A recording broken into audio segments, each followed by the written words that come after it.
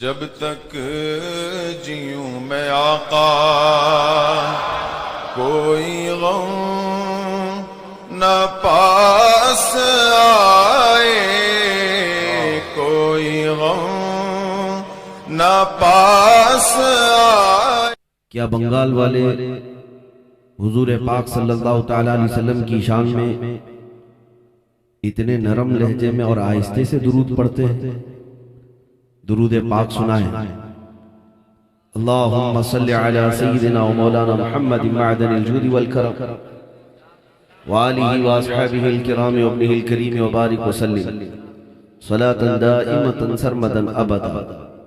مجھے احساس ہے اس بات کا، سخت ٹھنڈیوں میں آپ بیٹھے ہیں لیکن کسی بات کی فکر نہ کریں، مومن کے دل کے اندر ایمان کی حرارت ہوتی ہے۔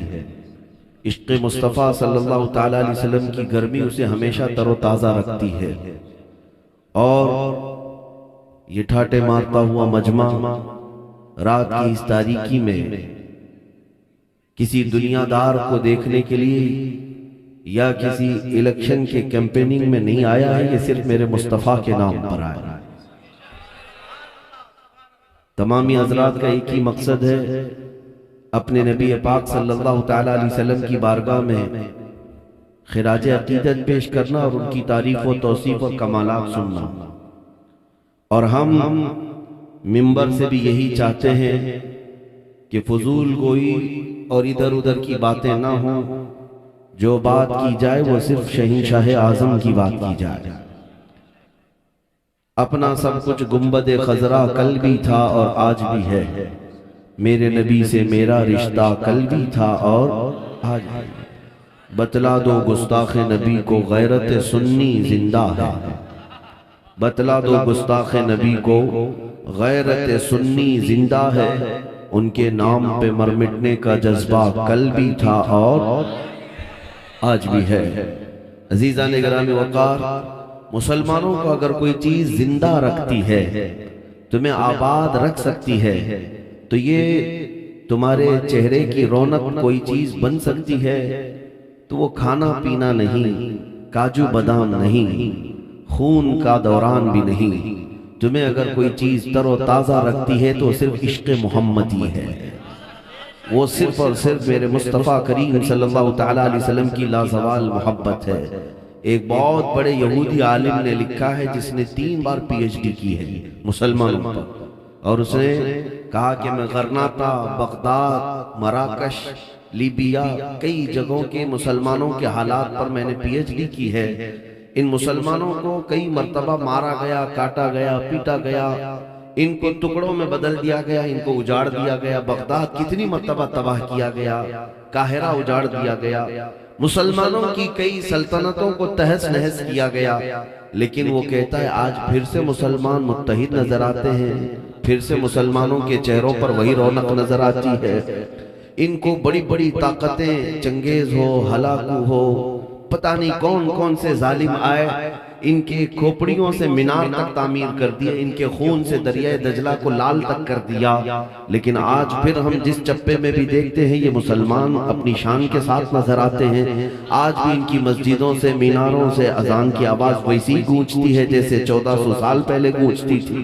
آخر کون سی چیز ہے جو ان کو 1000 ٹکڑوں میں تبدیل ہونے کے بعد بھی ایک چیز جمع کر دیتی ہے؟ ان کو بے اولاد کرنے کے بعد، ان کے بچوں کو یتیم کرنے کے بعد، ان کی بیویوں کو بیوہ کرنے کے بعد، پھر کون ہے جو انہیں جمع کرتا ہے؟ کون سا بادشاہ ہے جو انہیں جمع کرتا ہے؟ اس ربی یہودی نے اپنی کتاب میں لکھا ہے، یہ مسلمان 1000 بار ٹوٹیں، 1000 بار بکھریں، ان کو کوئی بادشاہ جمع نہیں کر سکتا۔ ان کو جو چیز جمع کرتی ہے وہ تاجدار مدینہ کی محبت ہے۔ اسی کو تو اقبال نے کہا تھا، یہ فاقہ کش موت سے ڈرتا نہیں ذرا، روح محمدی اس کے بدن سے نکال دو۔ یورپ کیا کہتا ہے جانتے؟ پورے یہودی یہ کہتے ہیں، یہ فاقہ کش موت سے ڈرتا نہیں ذرا۔ مسلمان بھوکا رہتا ہے، پیاسا رہتا ہے، کئی کئی دنوں کے فاقے کرتا ہے اور موت سے بھی نہیں ڈرتا۔ آج پوری دنیا میں اگر سب سے زیادہ بے خوف کوئی جیتا ہے موت سے، وہ صرف مسلمان ہے، صرف مسلمان ہے۔ اور کیوں نہ جیے موت سے ہمیں بھلا کیا ڈر، موت تو آتی ہے پیغام وصلت لے کر کے، ہمارے لیے موت کوئی خوفناک پیغام نہیں ہے، مومن جیتا ہی ہے اس رات کے انتظار میں کہ ملک الموت آئے اور میرے نبی سے مجھے قریب کر دے۔ ہاں، موت مومن کے لیے دردناک حادثہ نہیں ہے، خوفناک بھیانک حادثہ خواب نہیں ہے، مومن جیتا ہے کہ وہ اپنے نبی پاک سے ملاقات کرے، اسی لیے شاعر نے کہا ہے شب گور بھی اسی گل سے ملاقات کی رات، یعنی قبر کی رات بھی جو ہے مومن کے لیے اس گل سے ملاقات کی رات ہوتی ہے۔ میں جو بات عرض کر رہا تھا وہ یہ ہے کہ اقبال کہتا ہے یہ فاقہ کش موت سے ڈرتا نہیں ذرا، روح محمدی اس کے بدن سے نکال دو، اسلام کو دے کر کے عجم کے، عرب کو دے کر کے عجم کے تخیلات، اسلام کو حجاز و یمن سے نکال دو۔ پورے یہودیوں نے یہ فیصلہ کیا کہ اگر ان کو ختم کرنا ہے دین سے تو ان کے چہرے نوچ کر کے نہیں، ان کی مسجدیں توڑ کر کے نہیں، ان کے بچوں کو قتل کر کے نہیں، یہ پھر آباد ہوتے رہیں گے، ان کو اگر ختم کرنا ہو تو ان کے سینے سے وہ محبت مصطفیٰ ختم کرو، یہ خود مر جائیں گے۔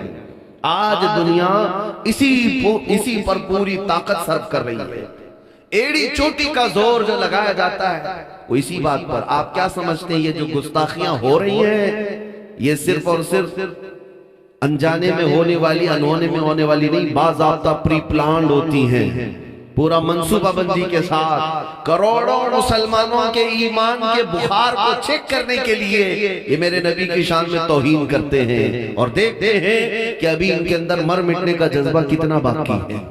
پھر جب ہر جگہ سے آواز آتی ہے تو 100 سال کے لیے درندے پھر سو جاتے ہیں، پھر سوچتے ہیں کہ نہیں ابھی یہ مومن زندہ، ابھی یہ مسلمان زندہ ہیں۔ جس دن مسلمان میرے نبی پاک کی شان میں توہین برداشت کرنے لگ جائے تو دنیا سمجھ جائے گی کہ یہ مرے ہوئے لوگ، یہ مرے ہوئے ہیں۔ اب ان کی مسجدیں کیا، خانقاہیں کیا، درگاہیں کیا، ان کی عورتیں بچے کیا، سب مٹا دو، یہ کچھ نہیں کر سکیں گے۔ اس لیے کہ تاریخ گواہ ہے جو قوم اپنے نبی پاک کے لیے نہیں کھڑی ہو سکتی وہ اپنے اولاد اور بچوں کے لیے بھی کبھی نہیں کھڑی ہو سکتی، نہ اپنے عزت کے لیے نہ اپنے گھر بار کے لیے، کبھی نہیں۔ تمہارے اندر اگر اللہ تعالیٰ نے آج طاقت و قوت عطا کیا ہے تو اس لیے کہ تم اس کے محبوب کی امت ہو، اور اللہ تبارک و تعالیٰ نے ایک وعدہ فرمایا ہے کان حقا علینا نصر المؤمنین، ہم نے اپنے اوپر لازم کیا ہے کہ مدد کریں گے تو ایمان والوں کی مدد کریں گے، اللہ تعالیٰ کی مدد تمہارے ساتھ ہے۔ لہذا اے مسلمانوں ایک بات میری سن کر کے چلو اور پھر میری گفتگو آگے بڑھاتا ہوں۔ آج یہ آپ کے جینے اور مرنے کا فیصلہ ہے، آج آپ کا وہ ٹرننگ پوائنٹ ہے کہ یہاں سے اگر خطا کر گئے تو برسوں چلے جائیں گے۔ یہ موڑ ایسا آ چکا ہے، پورے ہندوستانی مسلمانوں سے میں مخاطب ہوں، یہ ایسا ٹرننگ پوائنٹ ہے کہ یہاں سے اگر مڑ گئے غلط راستے کی طرف تو برسوں چلے جائیں گے واپس آنے کے لیے۔ آج ایک بات کی طرف میں سب کو بیدار کرنا چاہتا ہوں، وہ یہ ہے کہ اگر اپنی اولاد کو یا اپنے ماتحتوں کو کوئی وصیت کر سکتے ہو تو یہ وصیت ضرور کر لینا کہ بیٹا گھر میں اگر کھانا پانی نہ ملے تو صبر کر لینا، کپڑے نہ ملے صبر کر لینا، گھر جائیداد اگر تمہیں وراثت میں نہ ملی تو صبر کر لینا، دنیا کی کوئی کرسی اور تخت و طاقت نہ ملے صبر کر لینا، ہر نعمت کے نہ ملنے پر تم صبر کر سکتے ہو، لیکن اے مومنوں اپنی اولاد اور اپنے ماتحتوں کو یہ وصیت ضرور کرنا، ساری چیزیں نہ ملے صبر کر لینا، صبر کر لینا۔ اسلام صبر کی تلقین دیتا ہے، لیکن مصطفیٰ کریم کی عزت پر توہین ہو تو کوئی صبر نہ کرنا، کوئی کمپرومائز نہ کرنا، یہاں مصلحتیں اور حکمتیں بیچ میں نہیں لانا۔ جیسے آج بعض وہ زرخرید لوگ، ہو سکتا ہے ہماری جماعت میں وہ غدار منافقین بیٹھے ہوں جن کو ایسا لگتا ہے کہ نبی پاک کی توہین بھی ایک عام سی بات ہے، ہوتی ہے تو ہو لینے دو، ہم اپنے امن و شانتی کی بات کریں گے۔ کون سے امن کی بات کریں گے؟ حضور پاک صلی اللہ تعالیٰ علیہ وسلم کی شان میں گالیاں دی جائیں، گستاخیاں کی جائیں، اور اگر کوئی ہمارا لیڈر یہ کہے کہ مسلمانوں صبر کرو صبر کرو، اسے آپ جواب میں یہ کہیں صبر یہاں پر نہیں سکھایا جاتا، صبر موت پر کرنے کی تلقین اسلام نے کی ہے، گھر بار لٹ جانے پر بھی صبر کی تلقین کی ہے، لیکن تمہیں پتا ہے اگر تم ان اوقات میں بھی کہو گے کہ چپ رہو تو پھر بلال حبشی کی روح بھی چیخے گی، خبیب ابن عدی کی روح بھی چیخے گی کہ مصطفیٰ کریم کی عزت پر انہوں نے کوڑے بھی کھائے، جسموں کو چھلی بھی کر لیا، اور مسلمان اپنے گھر میں نرم غذائیں کھا کر کے صبر کی تلقین کرتا ہے۔ میرے عزیزو تمہیں پتا ہے جنگ احد میں میرے آقا صلی اللہ تعالیٰ علیہ وسلم کے ڈیفنس میں، ان کے دفاع میں ایک صحابی رسول کھڑے تھے ابو قتادہ، جن کے جسم پر 80 تیر لگ گئے تھے، 80 تیر آ گئے، لیکن وہ ہٹنے کا نام نہیں لیتے تھے۔ ناموس رسالت کی حفاظت کا مطلب سمجھ لو، حضور پاک کی شان کی حفاظت کا مطلب، اس صحابی نے 80 تیر اپنے جسم پر لیے، یہاں تک کہ ایک تیر ایسا آیا کہ ان کی آنکھ میں چلا گیا اور ان کی آنکھ کی پتلی باہر آ گئی، ان کی آنکھ کی پتلی باہر آ گئی، اور پیچھے رسول پاک صلی اللہ تعالیٰ علیہ وسلم جلوہ بار ہیں۔ پوچھو اس صحابی کو، ان کا بھی تو گھر بار تھا، ان کے بھی بیوی بچے تھے، آپ گھر میں بیٹھ گئے، مصلحت تھی، کیوں اپنی جان جوخم میں ڈال کر کے 80 تیر جسم پر لے لیے؟ میرے عزیزو وہ صحابہ تھے، تمہیں جواب دیتے اصل زندگی تو اس نام پر مٹنے کو ہی کہتے ہیں، ان کے قدموں پر جو فنا ہو گیا وہ اصل زندگی ہے۔ مرشد گرامی حضور تاج الشریعہ بدر الطریقہ رحمت اللہ تعالیٰ علیہ نے فرمایا ہے تیرے دامن کرم میں جسے نیند آ گئی ہے، یا رسول اللہ تیرے دامن کرم میں جسے نیند آ گئی ہے وہ فنا نہ ہوگی، اسے زندگی ملی ہے۔ اگر حقیقی زندگی چاہتے ہو تو مر مٹو ان کے قدموں پر، ہاں جان دے دینا یہ مردہ ہونے کی علامت نہیں ہے۔ 14 صدیوں بعد بھی ہمارے مجموع میں حسین زندہ ہے، نہیں زندہ ہے؟ امام احمد بن حنبل زندہ ہے، وہ 1000 کوڑے کھائے، امام اعظم ابو حنیفہ آج بھی ہمارے مجموع کی رونق ہے۔ یہ وہ لوگ ہیں جنہوں نے تکلیفیں اور مصیبتیں اٹھائی ہیں مصطفیٰ کریم کی عزت کے معاملے میں، ان کے شان کی حفاظت کے معاملے میں، لیکن آج بھی ہماری قوموں میں وہ زندہ ہیں۔ مجدد الف ثانی زندہ ہے، امام احمد رضا خان زندہ ہے۔ میرے عزیزو ایک بات یاد رکھنا، جو اس نام پاک کی حفاظت کے لیے جیتا ہے مولا اس کے نام کو ہمیشہ کے لیے قائم رکھ دیتا ہے۔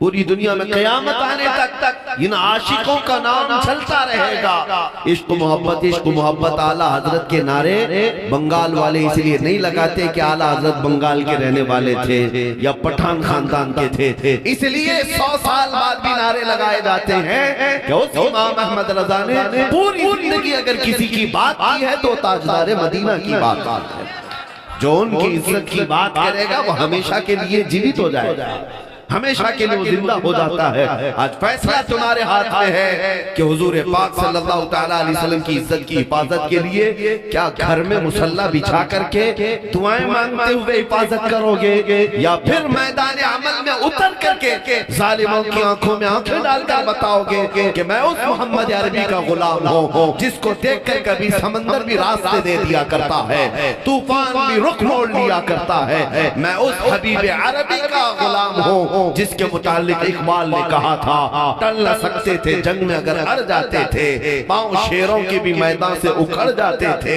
تجھ سے سرکش ہوا کوئی تو بگڑ جاتے تھے، ارے تیغ کیا چیز ہے ہم توپ سے بھی لڑ جاتے تھے۔ بزدلوں کا نام مسلمان نہیں ہو سکتا، ڈرپوک قوم کا نام ایمان والے نہیں ہو سکتے۔ ایمان لاتا ہے بشاشت قلب، ایمان لاتا ہے بے خوفی دنیا سے، کیونکہ مسلمان جب سجدے میں جاتا ہے تب اللہ اکبر کہتے جاتا ہے، جب سجدے سے اٹھتا بھی ہے تو اللہ اکبر کی صدا لگاتا ہے۔ کیا مطلب ہے؟ مسلمان کا ایمان صرف اتنا ہے کہ اگر کوئی بڑا ہے تو صرف اللہ بڑا، اللہ سب سے بڑا ہے۔ جو مسلمان اللہ کو سب سے بڑا مانتا ہے وہ پھر دنیا کی طاقت کو بڑا کبھی تسلیم نہیں کر سکتا۔ ہاں طاقتیں آتی رہیں گی جاتی رہیں گی، تخت پر کوئی موذی آتا رہے گا جاتا رہے گا، لیکن اے مسلمانوں تم اپنے ایمان کے ساتھ کل بھی زندہ تھے، آج بھی زندہ ہے اور زندہ رہو گے۔ اسلام کسی کے باپ دادا کی صرف جاگیر نہیں ہے، یا ایک کسی محلے کے دین کا نام نہیں ہے، یہ صرف اور صرف چند بچوں کے درمیان موجود نعروں کا نام اسلام نہیں ہے۔ اسلام اس عظیم درخت کا نام ہے جس کی شاخیں اوج ثریا پر ہیں، جس کی جڑیں تحت الثری میں۔ اب توجہ چاہتا ہوں میرے عزیزو، نبی پاک صلی اللہ تعالیٰ علیہ وسلم کی بارگاہ کی طرف میں آپ کو لے جانا چاہتا ہوں۔ دنیا آج پھر سے تمہیں چیک کر رہی ہے، دنیا جگہ جگہ تمہیں ناپ رہی ہے کہ محمد عربی کے غلام کتنی تعداد میں زندہ ہیں، کتنی تعداد میں زندہ ہیں۔ آپ کیا سمجھتے ہیں یہ جو آپ کے نعرے ہیں یہ صرف اسٹیج ہلانے کے لیے ہیں؟ آپ کے جو نعرے لگتے ہیں باطل قوتوں کے دلوں میں زلزلے آنے لگتے ہیں، ہاں ان کے دیواریں مسمار ہونے لگتی ہیں۔ آپ یہ ہرگز نہ سمجھیں کہ مؤذن جو مینار سے اللہ اکبر کی صدائیں بلند کرتا ہے وہ صرف ہمیں نماز کے لیے بلاتا ہے۔ یقیناً ہم نماز کے لیے بلائے جاتے ہیں، لیکن کافروں کے دلوں کے اندر ایک زلزلہ بھی پیدا ہوتا ہے۔ دشمنان اسلام کے قلعے نیست و نابود ہوتے رہتے ہیں۔ اس لیے میں آپ سے کہتا ہوں تم ہرگز کمتر محسوس نہیں کرنا اپنے آپ، احساس کمتری میں مت جینا۔ آج بہت سارے لوگوں نے ہو سکتا ہے تمہیں نا امید کر دیا ہو۔ مسلمانوں کے پاس کیا ہے آج؟ مسلمانوں کے پاس کیا ہے؟ نہ ان کا کوئی سیاسی شعور ہے یہاں پر، نہ ان کے پاس کوئی بڑی قیادت ہے، نہ ان کے پاس کوئی بڑی دولت ہے، نہ عہدے ہیں، نہ ڈپارٹمنٹ ہے، سب تو دوسروں کے پاس ہے۔ ان کے پاس کیا ہے؟ اگر کوئی ایسی نا امیدی کی بات کرتا ہے تو میں اس سے کہتا ہوں شرم کرو میاں، 313 تھے تب وہ نہیں گھبراتے تھے، تم کروڑوں کی تعداد میں ہو۔ اگرچہ دنیا یہ کہتی ہے تمہارے پاس کچھ نہیں ہے، جواب دینا ہاں میرے پاس کچھ نہیں، میرے پاس کچھ نہیں ہے، دولت، سیاست، طاقت و قوت کچھ نہیں ہے، لیکن اسے کہنا کہ مقابلے کے وقت ایمان والے کی مثال یہ ہے جیسے غریب نواز نے فرمایا تھا، خواجہ ہند نے فرمایا تھا۔ 8 فقیروں کی جماعت ہندوستان کی طرف آ رہی تھی، شہاب الدین غوری شکست کھا کر کے لوٹ رہا تھا، شکست کھا کر کے شہاب الدین غوری نے دیکھا کہ 8 فقیر آ رہے ہیں، قاصد بھجوایا کہ کہاں کا رخ ہے، بابا سے پوچھو کدھر جا رہے ہیں؟ قاصد نے جا کر پوچھا بابا کہاں جا رہے ہیں؟ خواجہ معین الدین چشتی نے کیا فرمایا جانتے ہیں؟ فرمایا ہندوستان فتح کرنے جا رہا ہے۔ 8 فقیروں کی جماعت ہندوستان فتح کرنے کی بات کر رہی ہے۔ وہ ہنسا اور کہا بادشاہ میری اتنی بڑی فوج ہے، ہاتھی گھوڑے ہے، ساز و سامان ہے، تلوار ہے، ہتھیار ہے، اور میں شکست کھا کر کے جا رہا ہوں، اور گدڑی پہنے ہوئے 8 فقیر کہتے ہندوستان فتح کرنے جا رہے ہیں۔ خواجہ معین الدین چشتی رحمت اللہ علیہ نے فرمایا ہاں شہاب الدین تو گیا تھا ہاتھی گھوڑے تلوار کے بھروسے پر، معین الدین صرف اللہ اس کے رسول کے بھروسے پر جاتا ہے، اور جس کے پاس یہ طاقت ہے وہ دنیا کی سب سے بڑی طاقت ہے۔ اے مسلمانوں میں آپ کو یہی کہنا چاہتا ہوں نا امید مت ہونا، رہنے دو دنیا کے پاس ساری طاقتیں، لیکن اللہ ہمارے ساتھ ہے، رسول پاک ہمارے ساتھ ہیں، دنیا کی سب سے بڑی طاقت تمہارے پاس ہے وہ اللہ رب العزت ہے، لہذا خوف نہ کر۔ اعلیٰ حضرت فاضل بریلوی رضی اللہ تعالیٰ عنہ نے کس قدر تمہیں حوصلہ دیا جانتے؟ جو ڈرپوک لوگ ہیں، جو ڈرے سہمے ہوئے باتیں کرتے ہیں، ان کو اعلیٰ حضرت نے کہا تھا خوف نہ رکھ رضا ذرا، تو ہے عبد مصطفیٰ، خوف نہ رکھ رضا ذرا، تو ہے عبد مصطفیٰ، تیرے لیے امان ہے، تیرے لیے امان ہے، آپ کے لیے دنیا میں بھی امان ہے، آخرت میں بھی امان ہے۔ میں آپ کو بتاتا ہوں اے مسلمانوں، یہ علماء اہل سنت مشائخ ہمارے سروں کے تحت، آج ابھی کوئی کمی نہیں آئی ہے ہندوستان میں۔ ایک بات یاد رکھنا، نا امیدی کی طرف لانے والوں کو میں بار بار کہتا ہوں کہ مسلمانوں کو یہ کہہ کر کے نہ ڈرایا جائے کہ اب تمہارا کوئی نہیں ہے۔ میرے عزیزو آج بھی تمہارے ساتھ ویسی ہی مدد آئے گی جیسے مدینے کے تاجدار ہر جگہ مدد فرمایا کرتے ہیں، کیونکہ تم گنہگار ہو سکتے ہو لیکن غدار ابھی نہیں بنے۔ کیا آپ نے نبی کے غدار ہو کوئی؟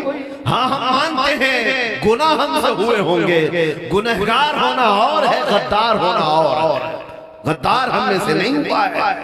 میں آپ کو تحدیث نعمت کے طور پر ایک بات کہہ دوں، میرے پیچھے پوری طاقتیں لگا دی گئی، دلی سے لے کر ممبئی تک، ممبئی سے لے کر کرناٹک تک، بڑی بڑی ڈپارٹمنٹ کے لوگ، روزانہ چیکنگ کرنے کے لیے اسکوٹنی کے لیے ٹیم تشکیل دی گئی کہ ان کی جائیداد دیکھو، ریونیو ڈپارٹمنٹ والوں کو بھیجا گیا زمینیں دیکھ لو کتنی بنایا ہے اور ناجائز آمدنی کہاں سے کچھ آئی ہے، بینک کے اکاؤنٹ کھول کر کے دیکھ لو، کھاتے دیکھ لو، ساری چیزیں دیکھ لی، ملا تو کچھ نہیں۔ اور اس کے بعد بیک سپورٹ کس کا ہے، کون سے نیتا کے ساتھ ان کا زیادہ تعلق ہے، کانگریس کے ساتھ، بی جے پی کے ساتھ، حمایت کے ساتھ، کون سے نیتا؟ عجیب اتفاق ہے کہ ہمیشہ سے کبھی ان لوگوں سے میل جول رہا ہی نہیں ہے۔ عام سی بات میں آپ نے بتاؤں، ہمارا کسی بھی نیتا سے کوئی تعلق زیادہ رہا ہی نہیں، اگر کوئی مسلمان ہے تو سلام کلام، یا کوئی دوسرے بھی ہیں اتفاق پڑ گیا بس۔ کبھی ایسا نہیں ہے کہ ہم نے کسی سیاسی طاقت کا سپورٹ لیا ہے، آج تک نہیں۔ میں آپ کو بتاؤں، ہمارے ایک چاہنے والے شاگرد ہیں، ان کے پاس ڈپارٹمنٹ کے کچھ لوگ کہہ رہے تھے کہ آخر یہ مولانا کو کون سپورٹ کرتا ہے، کون بیکنگ کرتا ہے۔ ہم نے بہت ساری چیزیں چیک کی ہیں، تو وہ میرے پاس آئے اور کہا کہ فلاں فلاں لوگ آئے تھے، بڑے لوگ تھے، ادھیکاری تھے، وہ کہہ رہے تھے کہ مولانا کو کون سپورٹ کرتا ہے، کون سے نیتا کے ساتھ ان کے گہرے تعلقات ہیں۔ میں نے کہا میرے میاں ان کو سب کچھ پتا ہے، میری فون ریکارڈنگ تک رکھتے ہیں، ساری چیزیں پتا ہے، پھر پوچھنے کی کیا بات ہے، لیکن اگر پوچھتے ہیں تو جاؤ انہیں جواب دے دو، زندگی گزر جائے گی، ناک رگڑ جائے گی، تمہیں پتہ نہیں چلے گا کہ بیکنگ کون کرتا ہے، نہیں پتہ چلے کہ ان کی بیکنگ کون کرتا ہے، سپورٹ کون کرتا ہے۔ وہ گھبرایا ہمارا شاگرد اور کہا کیا کوئی سیکریٹ مسئلہ ہے، باہر کی کوئی طاقت ہے؟ ہم نے کہا میاں وہ یہاں کی بات کر رہا ہے، یہاں کی بات کر رہا ہے، دنیا کی۔ ہمیں اعلیٰ حضرت کے گھرانے نے قیامت کے دن بھی سکھایا، قیامت کے دن کے بارے میں بھی ہم ڈرتے نہیں ہیں کہ امام زمن فاضل بریلوی کے برادر گرامی حسن رضا بریلوی فرماتے ہیں ڈھونڈا ہی کریں صدر قیامت کے سپاہی۔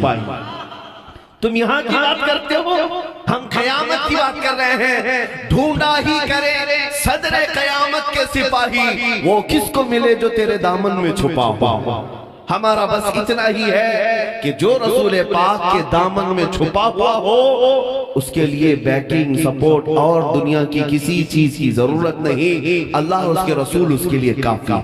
میرے عزیزو، آپ سب کو میں اسی بات کی دعوت دینا چاہتا ہوں کہ حضور پاک صلی اللہ تعالیٰ علیہ وسلم کے ساتھ وفا کرنا سیکھو، وفا کرنا سیکھو کہ اگر ان کے نام کا تم نے کلمہ پڑھا ہے تو پورے کے پورے حضور کے ہو جاؤ۔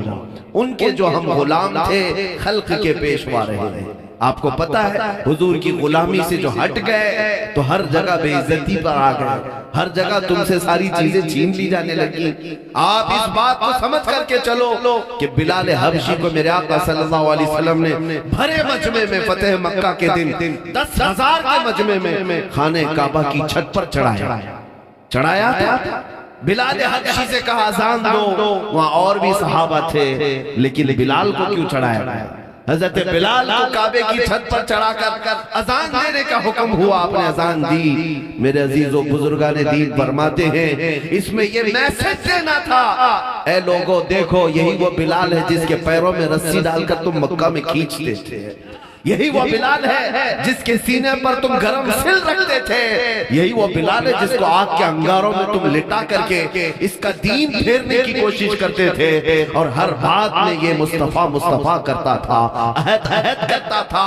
آج آؤ اے دنیا والو، دیکھو جس نے مصطفیٰ کی محبت میں اپنی پیٹھ پر زخم کھایا ہے، مولا تعالیٰ نے اس کو کعبے کی چھت پر پہنچایا۔ تمہارا یہ مقام ہے اے مومنو، ان کی محبت میں، ان کی یاد میں جس نے تکلیفیں بھی اٹھائی، مولا اسے عروج بخشتا ہے، اسے بلندیاں عطا کرتا ہے، پھر اس کی بلندی تک کوئی پہنچ بھی نہیں سکتا۔ اسی لیے صحابہ نے کہا تھا جب تک بکے نہ تھے تو کوئی پوچھتا نہ تھا، جب تک بکے نہ تھے تو کوئی پوچھتا نہ تھا۔ یا رسول اللہ تم نے خرید کر ہمیں انمول کر دیا، اگر تم انمول ہونا چاہتے ہو دنیا میں، ایک بار بازار مصطفیٰ میں بک جاؤ، حضور کے ہو کر کے رہ جاؤ، پھر دنیا تمہاری قیمت نہیں لگا سکتی۔ تمہاری بڑی بات ہے جوتیوں کی بھی قیمت نہیں لگا سکتی۔ حضور کے ہو کر کے دکھاؤ۔ آج مجھے افسوس اس بات کا ہے کہ وہ نوجوان جو لبیک یا رسول اللہ کے نعرے بھی لگاتا ہے، میرے مصطفیٰ پر مر مٹنے کے دم بھرتا ہے، ہم میں سے ہر کوئی یہ کہتا ہے کہ یا رسول اللہ میری جان آپ کے لیے حاضر ہے، لیکن میں آپ سے پوچھنا چاہتا ہوں اے نوجوانوں، حضور پر جب جان دے سکتے ہو تو کچھ گناہ کیوں نہیں چھوڑ سکتے؟ وہ گناہ جنہوں نے تمہیں رسول پاک سے دور کر رکھا ہے، اپنے محلوں میں اپنے گھروں میں کیوں انہیں بسا کر کے رکھے ہو؟ کیا مسلمان کی یہ شان ہے کہ وہ سوئے تو گانے کی دھن پر سوئے، اٹھے تو گانے بجاتے ہوئے اٹھے؟ کیا یہ مسلمان کی شان ہے کہ اس کے ہاتھ میں تاش کے پتے آئیں؟ کیا یہ ایک غلام مصطفیٰ کی شان ہے کہ شراب کی بوتلیں اس کے ہاتھ میں آئیں، گالی گلوچ اس کی زبان سے نکلے؟ کیا یہ مسلمان کی شان ہے کہ وہ نکڑ پر کھڑے ہو کر کے عورتوں کے اوپر نظر دوڑائے، کسی کے گھر کی عزت کو تار تار کرے؟ ہرگز نہیں ہو سکتا، ہرگز نہیں ہو سکتا۔ تو پھر اس کا مطلب یہ ہے کہ تم راستہ بھٹک رہے ہو اور میرے مصطفیٰ سے بے وفائی کرنے جا رہے ہو۔ حضور پاک صلی اللہ تعالیٰ علیہ وسلم کا وفادار، میں آپ کو بتاؤں، وہ لوگ جو پہلے مکہ میں عورتوں کی عزت لوٹ لیا کرتے تھے اور نیلام کرتے تھے بازاروں میں عورتوں کو لا کر، لیکن میرے مصطفیٰ کریم صلی اللہ علیہ وسلم نے ایسا انقلاب لایا، ایسا انقلاب۔ حضرت ابوبکر صدیق کے زمانے میں، یہ ایکو بند کر دیں، حضرت ابوبکر صدیق رضی اللہ تعالیٰ عنہ کے زمانے میں ایک خاتون ہے، وہ یمن جانا چاہتی ہے، یمن جانا چاہتی ہے۔ اس نے ایک چٹھی بھیجی ابوبکر صدیق کے نام پر کہ مجھے صحیح سلامت یمن جانے تک کا راستہ دے دیا جائے، یہ مسلمانوں سے مجھے ڈر لگ رہا ہے۔ یہودی عورت ہے، حضرت ابوبکر صدیق نے 2 جوان صحابہ کو اس کے حوالے کر دیا، ایک اونٹنی دے دیا، کہا کہ اس خاتون کو صنعا یمن پہنچنے تک تم اس کی نگہبانی کرو۔ یہ 2 جوان تھے، وہ عورت کے ساتھ ہو گئے۔ عورت کہتی مجھے ڈر لگنے لگا کہ یہ مسلمان ہیں، پتہ نہیں کیا کر دیں گے میرے ساتھ، اور راستے میں مجھے پکڑ کر مار دیں یا کیا ہو جائے گا۔ عام طور پر جو لوگوں کا ذہن بنا ہوا تھا، یہودی خاتون یہ کہتی رہی، اور یہ دونوں نوجوانوں نے اسے اونٹ پر سوار کیا، مدینے سے یمن کے راستے تک چل پڑے۔ جب بیچ میں کوئی چوکی آتی، چیکنگ پوائنٹ آتا، تو وہاں پر بھی صحابہ ہوا کرتے، وہ پوچھتے کون ہے اوپر اور تم کس طرف جا رہے ہو؟ یہ دونوں نوجوان صحابی کہتے ہم خلیفہ رسول ابوبکر صدیق کے ساتھ کے حکم پر آئے ہیں، اور اوپر ایک خاتون ہے جو ملک یمن جانا چاہتی ہے۔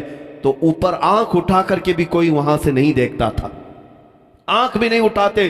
اس طرح یہ راستہ طے ہو گیا، یمن آ گئی وہ عورت۔ توجہ چاہتا ہوں، جب یمن پہنچی تو اپنے خاندان والوں کو جمع کر کے کہتی ہے، اے لوگو آؤ، میں ایک بات آج تمہیں بتا دوں، میں مدینے سے گھبرا کر کے نکلی تھی کہ کہیں مسلمان میری عزت پر حملہ نہ کرے، میں اپنے خاندان میں آنا چاہتی تھی یمن میں، لیکن آج تم سب کے سب گواہ ہو جاؤ، ان 2 جوانوں کو میں نے پورے سفر میں دیکھا، اتنے دنوں کے سفر میں ایک آنکھ اٹھا کر کے بھی انہوں نے میرے چہرے کی طرف نہیں دیکھا۔ آج تم سب گواہ ہو جاؤ کہ میں واپس یمن میں نہیں، مدینے جا کر رہنا چاہتی ہوں اور اسلام کے دامن میں رہنا چاہتی ہوں، اس لیے کہ مجھے اگر کوئی عزت کی حفاظت دے سکتا ہے تو محمد عربی کا غلام ہی دے سکتا۔ میرے عزیزوں،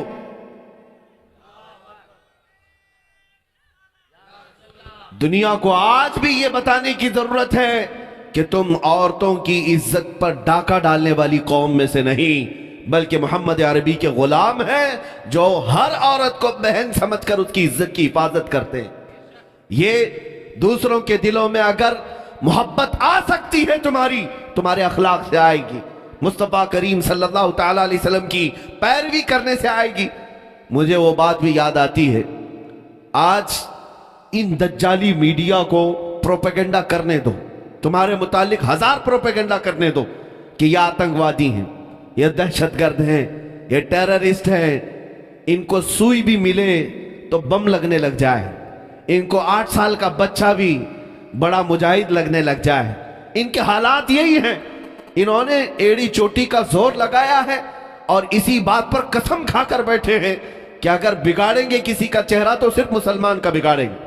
ان کو 1000 کوششیں کرنے دو، لیکن اے مسلمانوں، اخلاق و کردار تو تمہارے ہاتھوں میں ہے، محبت کے طریقے اور سلیقے تمہارے ہاتھوں میں ہے۔